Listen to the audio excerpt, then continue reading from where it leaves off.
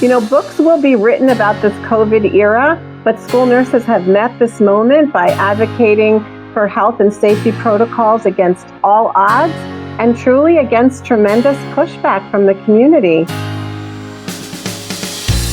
Imagine a typical school morning. Students coming off the bus, many sick and headed straight for your clinic. You are their first line of defense.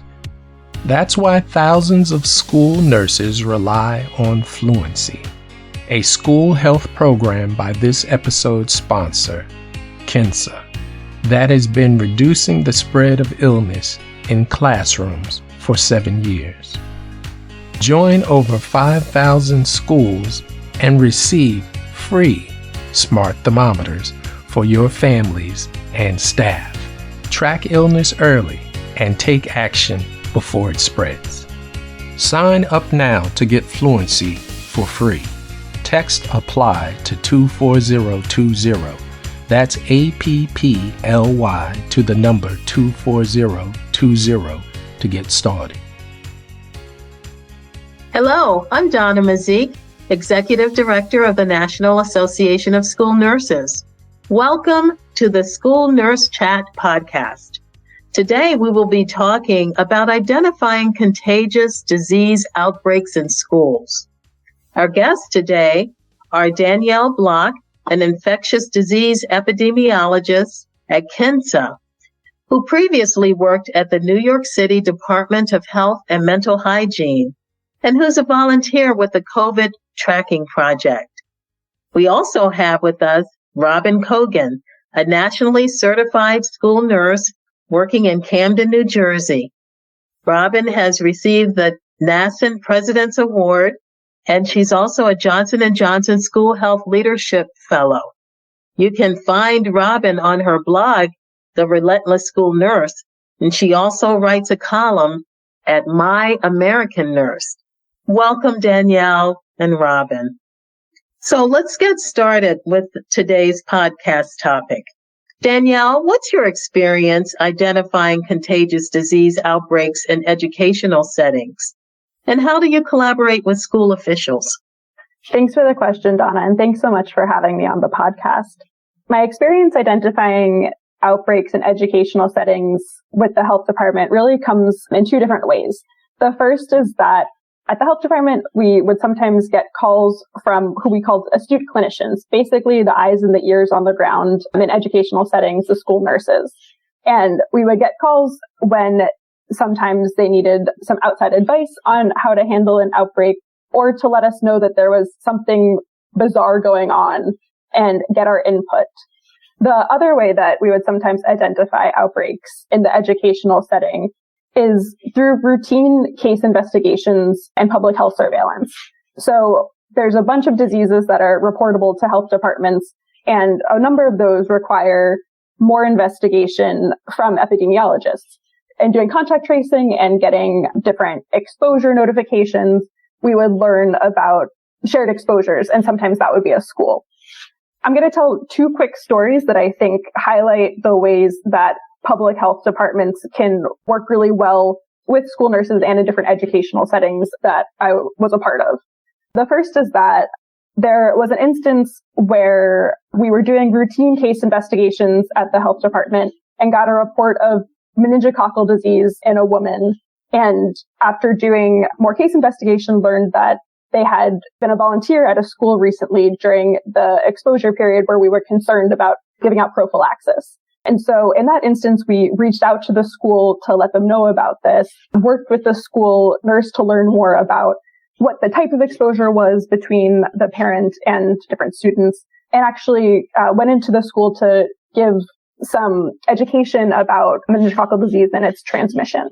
The other instance that I think really showcases how the health department can work well with health officials in the school was an instance actually in a college where we heard about an outbreak from an astute clinician of methicillin sensitive Staph aureus. And we worked with the nurse to create a case definition, constant communication every day throughout the outbreak to learn about different increases in cases and to try to find a common exposure to stem the outbreak. So those were two different instances where I think public health and schools could really work hand in hand. Well, thank you, Danielle, for that picture of how it works, how school officials and health departments work together. I really appreciate your term, astute clinician. And so we're going to Robin now as an astute clinician. What are other school nurses like you doing to track potential infectious disease outbreaks? So first, thank you for having me. I'm so honored to be on this podcast. And certainly through COVID, school nurses have become really good friends with our local epidemiologists. So I'm really excited to be on with Danielle as well. I think it was actually Lori Combe who said that school nurses were population health gold, because we're able to see the full picture of our student population and the individual student at the same time. So this really relates to our discussion today, because what we do and what we're so astute at, and thank you for acknowledging that, Danielle, is identifying trends. So for example, let's say several children who exhibit similar symptoms from the same classroom, the same wing of a school, or they attended a common event. I had an interesting case where one second grade class had a multiple outbreak of MRSA. And it was, believe it or not, when they finally did the case investigation, it was linked to the pencil sharpener. It really was a very interesting case. I think we certainly learned a lot about MRSA that year and how it was spread and how a common object can be the intense focus of a case investigation. Also, when there's like an increase in school absences and parents reporting similar symptoms as the reason why their children are not attending school. I mean, the famous case since I've been a school nurse was the H1N1 outbreak. Mm-hmm. Mary Pappas, I think she was a New York State school nurse who saw a trend of students, very concerning trend of high fevers in her students. And when it was reported to the health department, I think one day she sent home more than 100 students, and the next day it was 90. It was a very large number. And that was determined to be the first evidence of the swine flu in New York State. So it's looking at trends, it's identifying commonalities, and then knowing what to do with that information and who to reach out to. Well, you know, that expression of how school nurses are population health gold is really one that I appreciate you identifying and amplifying, Robin. With being able to identify those trends does lead us to a question of how that information is used and actually helping around this identification of outbreaks. So how should school nurses and school districts collaborate with public health departments, Robin, as they're identifying, much like Mary Pappas did, outbreaks of contagious diseases? Right. So that's the key, is first of all, building those relationships ahead of time. With COVID, I think we've all learned how we were taken by surprise, honestly, in terms of the long-term impact of what we were facing. When COVID first happened in March of 2020, my district, and I think many others also, we were told to pack up. We'd be back in 2 weeks.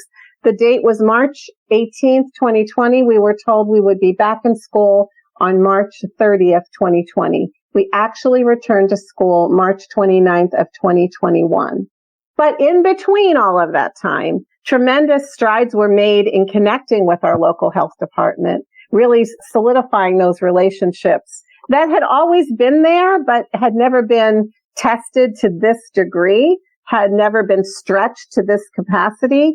And I think really understanding what each of our roles are and how we are symbiotic, codependent, really needing to give each other information, being transparent, following trends that we see happening, being in close communication with our state and local health officials, updating our own emergency plans so that they are in place before an outbreak occurs. I think all of those lessons were learned and reinforced with COVID. And it begins, right, with establishing relationships with our state and local public health officials for this ongoing communication that's needed, because as the evidence comes to light, as the research is published, then our guidelines change. And so that ongoing communication, knowing where to look, understanding where your resources are. That's all certainly, it makes managing the spread and preventing the further spread of communicable diseases so important. So well said, Robin.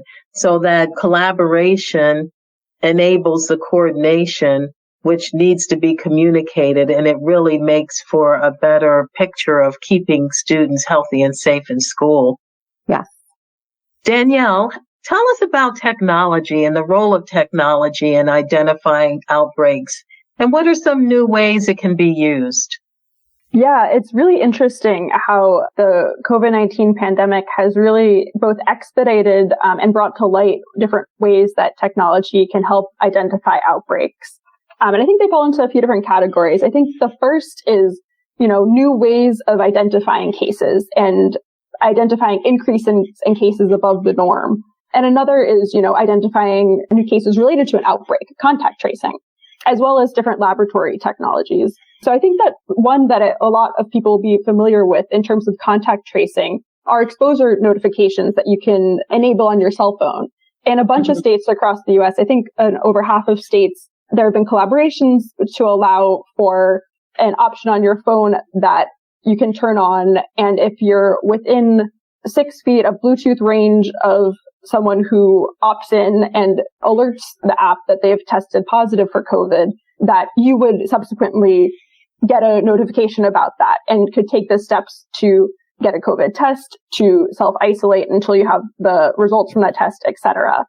And there's been some really interesting modeling studies around that, showing that if just 15% of the population can opt into that system, which is a pretty low percent, that can actually help reduce the impact of COVID in the community. Obviously, it's better if more people opt in, but it's pretty cool that an effect can be seen even that low. So I'm really, really excited about that in terms of contact tracing efforts.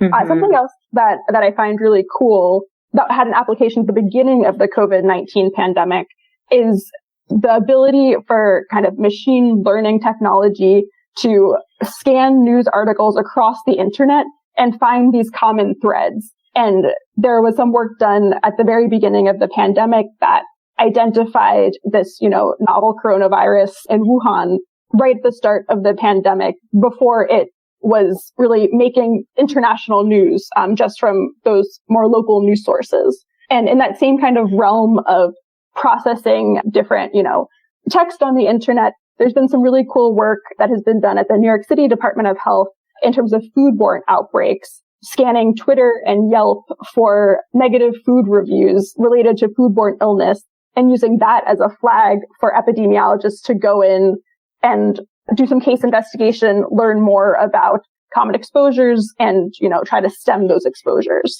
And the last one that I'll highlight that I think is really important, especially for foodborne outbreaks and also in COVID in general, is some laboratory testing techniques, including whole genome sequencing. And whole genome sequencing, even 10 years ago, 15 years ago, it's a really arduous process. Now can be done in less than a day. And it's really, really important for foodborne outbreaks in terms of identifying cases that are in common with each other, cases in common with a source. We recently had a multi-state outbreak across the U.S. of salmonella that was associated with onions. And that was identified, via whole genome sequencing in addition to case investigation. So that's been really important for kind of pushing forward and expediting the path of finding common sources and being able to, alert the public about those types of common outbreaks. Thank you for sharing those examples, Danielle, of how technology is facilitating health and safety. Robin, what do you need to be aware of to spot and track symptoms in the clinic? Well, you need to really be up on how things are changing and what are there new symptoms that are being associated with different variants. For example, with COVID, it hasn't been fully fleshed out yet, but what we're seeing on the ground, especially related to the Delta variant, I'm very interested to hear what Danielle has to say about this, is that we're seeing kids complaining of ear pain as one of the early symptoms for COVID in younger children. I don't know if you've seen that, Danielle, but we have seen it multiple times, and I've read a little bit about it. I don't think that the research is quite up with what we're necessarily seeing anecdotally on the ground. So understanding some trends, maybe even, reaching out to your local health department, which we did, to report this is what we're seeing, but also understanding what the school-related illnesses that are reportable to the Department of Health include. You know, working in elementary school, understanding what does fifth disease look like. You know, hand, foot, and mouth disease is something we have to know the signs and symptoms of. Certainly influenza, and we're about to enter, or we're already in the midst of. For us in New Jersey, we're one of the only states that requires the flu vaccine for children 6 months to 59 months, because the data showed that our youngest children were bringing home the flu to our oldest family members. And so quite a few years ago, flu vaccine became mandatory in New Jersey for preschoolers. Anyone in daycare, 6 months to 59 months. Certainly MRSA, scabies, the things that we know are school-related illnesses that are reportable. And also, you know, school nurses can help expand the efforts that public health nurses do by conducting our own disease surveillance in our school communities. You know, we really are that trusted position within the school community. And one of our greatest strengths, we have quite a few, but it's efficiently communicating this health information and partnering with our local health department to talk about some concerning trends that we see.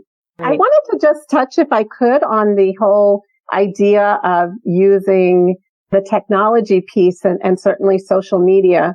And I am a big proponent of the technology piece. I do believe, though, that we have to also understand the needs of the community and the capability of the community. And the community where I serve, technology has been somewhat of a barrier. Having access to the internet has been a barrier.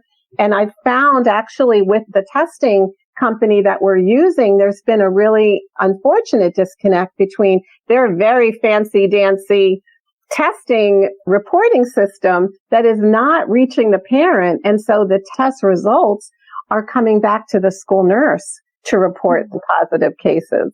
Robin, you bring up a really good point around being aware of where technology is and who's benefiting from it, and is it the ones that we want to make sure are benefiting.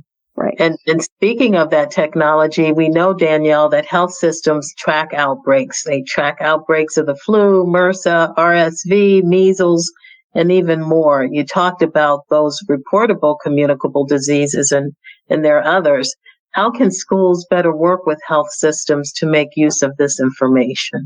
I really want to echo what Robin was saying before about school nurses knowing the community so intimately and knowing what's going around, knowing how to best communicate, you know, concerns and information back to students and parents. Because, you know, in health departments, we get a lot of data about test results that come in, but we don't get data about people who don't get tested.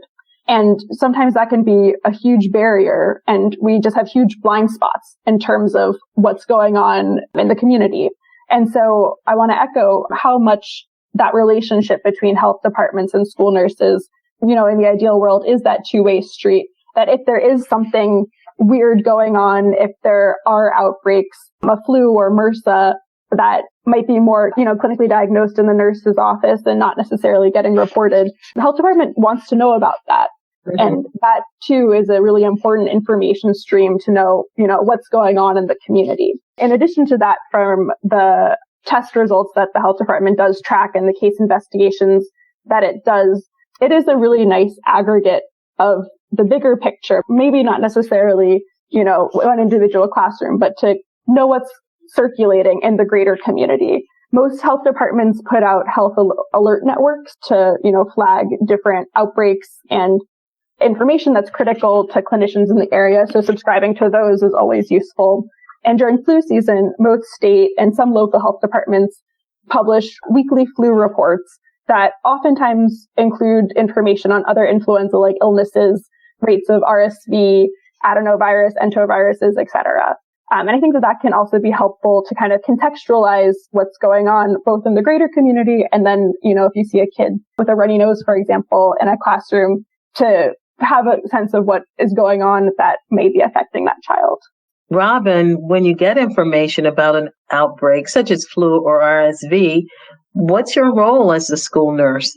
We have to certainly understand our responsibilities to report this information, to track the information. We have done tremendous amount of education at the school level, at the community level, one-on-one with parents. I think our greatest challenge right now and our greatest opportunity is to be that credible messenger for promoting vaccine confidence about our youngest children getting the COVID vaccine, ages 5 to 11, and then also encouraging our 12 to 17-year-olds to get the COVID vaccine. Really understanding how important our role is in being that intermediary between home and school and the health department. I don't think the role has ever been more consequential as it has been over, these last 20 months.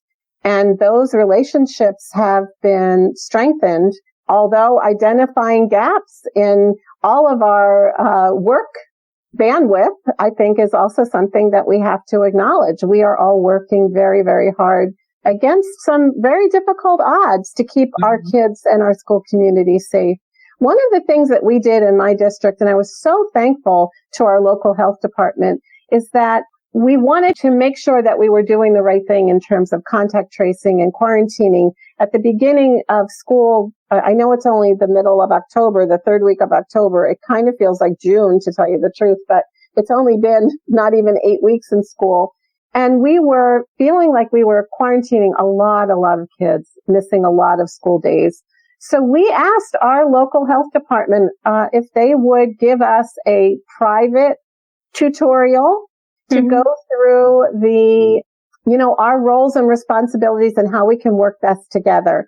And it was a fantastic hour-long discussion of really taking a deep dive into what had changed, answering our questions about the Delta variant and its impact, and really beginning to understand how we could make some tweaks and changes and just reinforce that we were doing the right thing. Even though we are getting pushback, we are still doing the right thing. And just that kind of support from the health department, even knowing that they are incredibly stretched, under-resourced, just like school nurses, but yet gave of their time and expertise, was so appreciated and I think strengthened our resolve to continue this work and also strengthen our relationship, because ultimately that's really what it is about. It's feeling like you have a connection, someone who can answer your questions. And I think it's a two-way street. I really do.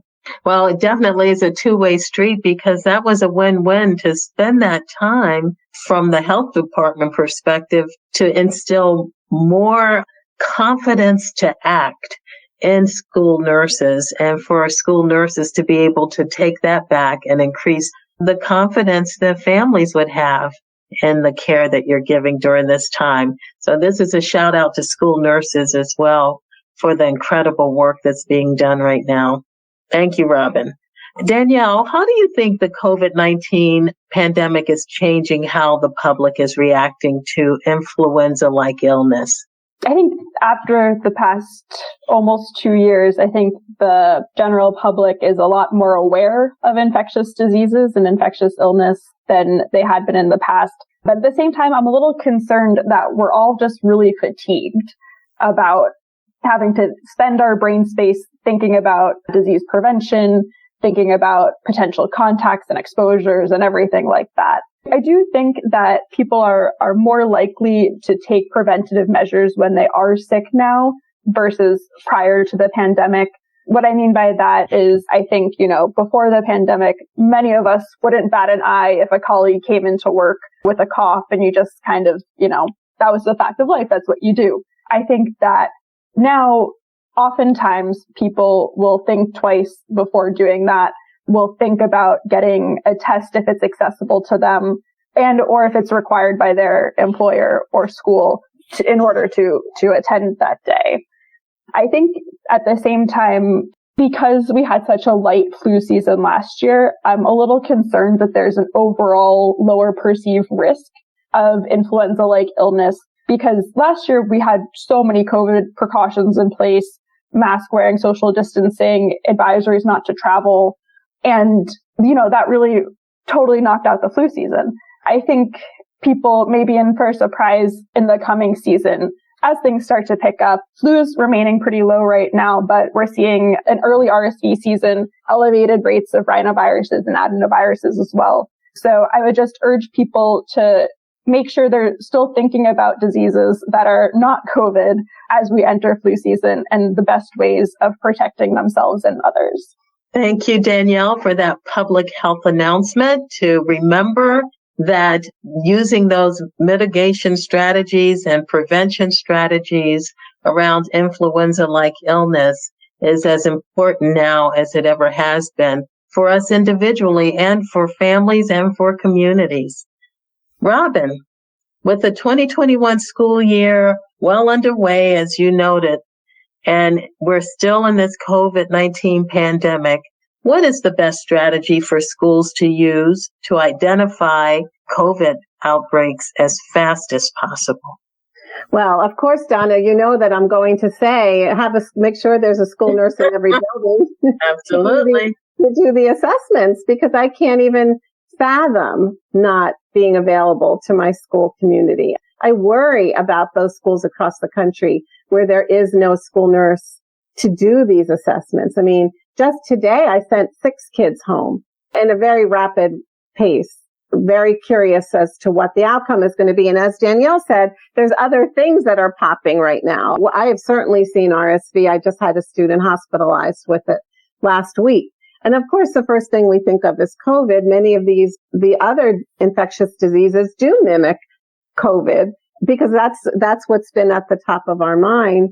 So really being on the top of our game, but also having the resources necessary and the bandwidth necessary to do this job, because not to take away from the incredible work of the health department, but they are stretched. Our health department called surge capacity, which meant that they are really turning to the school nurses on the ground to do the extensive contact tracing that we can within our school community. So we have faced the most challenging and demanding time in our modern history as school nurses, going back to the beginning of school nursing, which ironically, the 1918 flu was at the very infancy of our school nurse history, right? And the things that worked then are exactly what we're using today, minus the vaccine. So we're fortunate to have that. But, everything old is new again, right? So here we are. And this is our most important role, is that education piece. We have to give people our calm and not our anxiety, even though underneath we have felt tremendous anxiety. And somebody told me once, and it's a good visual, that school nurses need to be the solid object in the room. Because swirling around us is a lot of anxiety, a lot of pushback, a lot of stress. As the messenger of the public health information, to tell a parent your child has tested COVID positive, there was a glitch in the system, so we're the ones that are telling you, that doesn't go over well. Or your child has been exposed to someone who is COVID positive. Books will be written about this COVID era, but school nurses have met this moment by advocating for health and safety protocols against all odds and truly against tremendous pushback from the community. Because we straddle the worlds of education and healthcare. Our decisions are grounded in science. We practice evidence-based school nursing. We use public health principles, but our resolve has been tested to extreme levels. And yet we are still standing, a little bit battered and bruised, but here we are. Absolutely. Absolutely, Robin. And we are so grateful to you and to school nurses who have really been that rock of solid calm in the midst of storms, even to the point of having to pivot in more ways than one to keep schools safe and healthy. We do believe that what we've heard today from Danielle and from Robin is that collaboration, the coordination in terms of what to do in detecting and making sure that we recommend what to do for infectious diseases in schools is an important role. School nurses and local health departments and other partners together make a difference for the health of the community, the school community and beyond. Thank you, Robin Cogan, a relentless school nurse, for being with us today. Thank you, Danielle Block, giving us the perspective of your epidemiologist background. And we appreciate what you've done today for us and informing and helping us to make sure schools are healthy places for students to learn. Thanks for having us, Donna. What a pleasure. Thank you so much. And shout out to Robin and to all of the school nurses who are doing the most always, and especially this season. So much respect for you all. And thanks for partnering, Health Department. We could not do what we do without your incredible efforts. So thank you. And thanks, Donna, for having us. We appreciate you both. Thank you. This episode's sponsor, KENSA's Fluency School Health Program, stops the spread of illness through early detection and early response. For 7 years, Fluency has helped school nurses predict, prepare for, and prevent outbreaks in their community. By arming families and staff in your school with free KENSA smart thermometers, you'll catch and contain outbreaks earlier by knowing when and where symptoms are starting. Best of all, it's completely free. Sign up now by texting APPLY to 24020. That's APPLY to the number 24020 to get started.